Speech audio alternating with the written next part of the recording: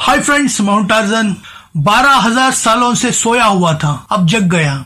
सांप नहीं है, ज्वालामुखी है। परसों संडे के दिन अफ्रीका के एक छोटे से देश नॉर्थर्न इथोपिया में हाईली गुब्बी नाम का एक ज्वालामुखी 12,000 सालों से जो शांत था वो अचानक ब्लास्ट हो जाता है और इस ज्वालामुखी की राख कितने प्रेशर से आसमान में 14 किलोमीटर ऊंचाई तक उठती है, यानी 2 माउंट एवरेस्ट शिखर जितनी ऊंचाई तक। इस वॉल्केनो की राख की वजह से पूरा वातावरण कलुषित होता है। सारे एयरलाइंस को DGCA ने, मतलब the directorate general of civil aviation ने ये स्ट्रिक्टली एडवाइस दिया है कि राख फैल रही जगहों पे उड़ान ना भरे, ऊंचाई थोड़ा कम करे, फ्लाइट प्लानिंग एडजस्ट करे, रूटिंग और फ्यूल का खास ध्यान रखें। हमारी एयर इंडिया ने भी 11 फ्लाइट्स कैंसिल की है, डोमेस्टिक और इंटरनेशनल दोनों, और इसके साथ अकाशा एयर ने भी अपनी फ्लाइट्स कैंसिल की है। जेदा, कुवैत, अबू धाबी, अमीन। इंडिया मेट्रोलॉजिकल डिपार्टमेंट ने कहा है कि ये ज्वालामुखी की राख दिल्ली, गुजरात, पंजाब, हरियाणा, महाराष्ट्र, राजस्थान के ऊपर से गुजरेगी। ये ज्वालामुखी की राख ऐसे ही तेजी से बढ़ती रही तो, हवा की दिशा अगर तेज रही तो ये रेड सी पार करके पाकिस्तान और सऊदी अरेबिया तक भी पहुंच सकती है। ये राख सीधे इथोपिया से उठकर यमन, ओमन, इंडिया तक पहुंच गई। अब सवाल है, इस वॉल्केनो की राख से लोगों को प्रॉब्लम होगी? शायद नहीं होगी, क्योंकि ये राख धुआं नहीं बल्कि माइक्रोस्कोपी वॉल्केनिक ग्लास होता है। इससे हवाई जहाजों की इंजनों को नुकसान पहुंचता है, तभी तो सारे हवाई जहाजों को रद्द कर दिया गया। और रही लोगों की बात, ये वॉल्केनिक ऐश मतलब ज्वालामुखी की राख धुएं जैसे आसमान में बहुत ऊंचाई पे बहुत तेजी से चल रहा है। हाँ, अगर ये नीचे रहता धुएं जैसा तो शायद बहुत सारी प्रॉब्लम्स होती, क्योंकि पहले ही दिल्ली, हरियाणा, इन जगहों पे बहुत सारा पोल्यूशन है। अगर उसके साथ ये भी मिल जाता तो सांस लेने में इंसान को बहुत तकलीफ हो सकती थी शायद। फिलहाल अभी तो ऐसा नहीं है, क्योंकि बहुत ऊंचाई पे है और ये बहुत तेजी से जा रहा है।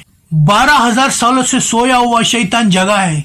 ये सब घटनाएं हम इंसानों को ये सिखाती है कि ये प्रकृति किसी की बाप की जागीर नहीं है। जितना इस प्रकृति को नष्ट करेगा इंसान, उतना भुगतेगा।